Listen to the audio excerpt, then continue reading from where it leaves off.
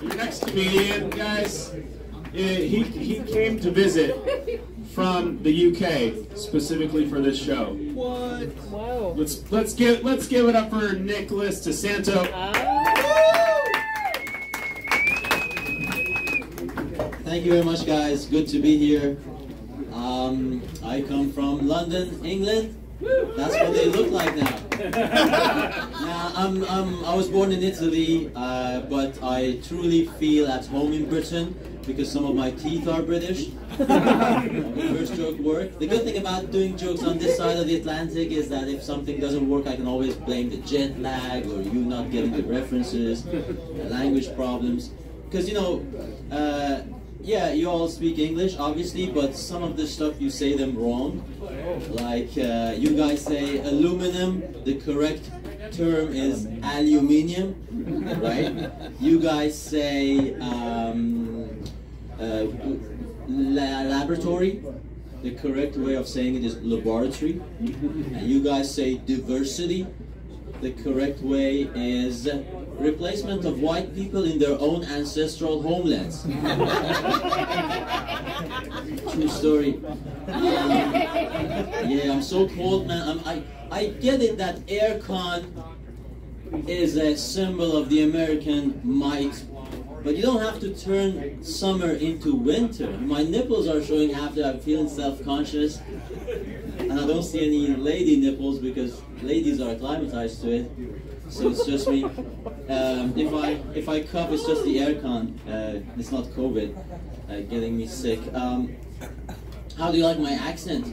I don't sound British. I sound in Britain. I sound very American because I made, by comparison, of course, I made a conscious choice to learn English with an American accent because I wanted to sound cool. And that's not the funny part. The British laugh at that, but that's not the funny part.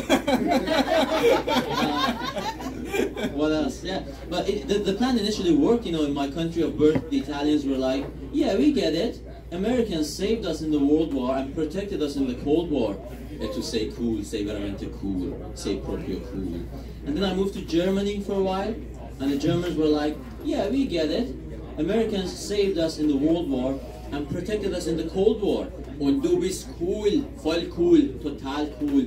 Eigentlich bist du sehr cool." And then I moved to Britain, and I learned that British people are quite ungrateful. It's good to be here, Washington DC, right next to Arlington National Cemetery, so it's a fitting place to tell that joke. Last night, I told that joke back in DC. Nobody got that, which was just a damning indictment of the education you guys received your way. They all smelled like weed. Hey, by the way, so many I've never seen so many black people in my whole life in Washington, D.C. Are you getting uncomfortable? No, we do have black people in Britain, we do, but I never see them. And they don't live in my area, they don't live... British black people live in this place called television. They're all on television. I don't know if you're familiar with the phenomenon of woke advertising. Every single couple on TV commercials in Britain is interracial. What is the message? What is the message? Every single couple is You know what the message is? Black guys with nice jobs and beautiful houses prefer white women. It's not a nice message, but don't shoot the messenger.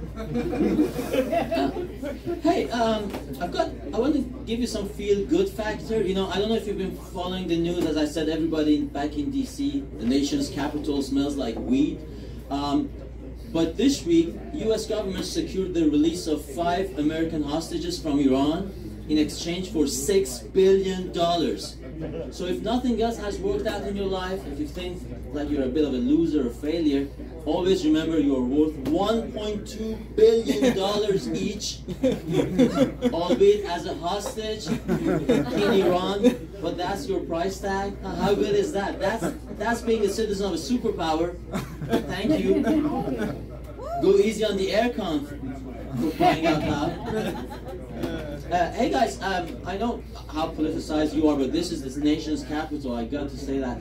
As a world community, we feel safer when adults are back in the White House, nobody overseas wants an idiot in the White House. And there used to be an idiot in the White House. I don't know if you remember that. I don't want to even dignify him by mentioning his name. But this guy messed up Syria, messed up Iraq, messed up Afghanistan. He gifted Libya to ISIS. I mean, thank God, eventually Donald Trump took over from him. They didn't like that joke in DC either.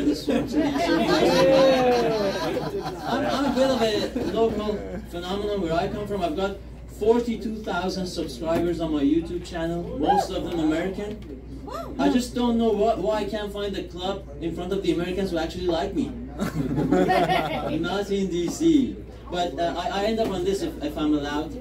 It's Hispanic Latino Appreciation Month. Have you noticed? And people tell me, okay, give it up for the Hispanics and Latinos. I like the Florida ones, if you see where I come from. But I end on this. People tell me this is such a difficult job, to go in front of a bunch of strangers and telling them jokes. It's such a hard job. You know what is the hardest job in the world? Being a Mexican nationalist. Because Mexican nationalists are like, oh, the US took away Arizona, Texas, California, New Mexico, and made them prosperous and rich and stable. This ends right now. We need to recover all these lands. And you know who has the biggest beef with that problem, with that agenda? The Mexicans. The Mexicans are like, hombre, you're killing us. We're trying to cross into the US. And you want to push the border further north? Haven't we walked enough?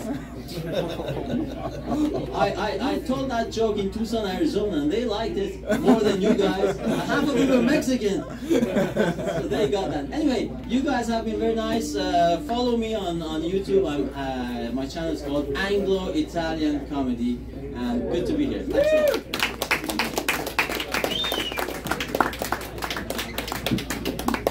Nicholas to Santo, everybody.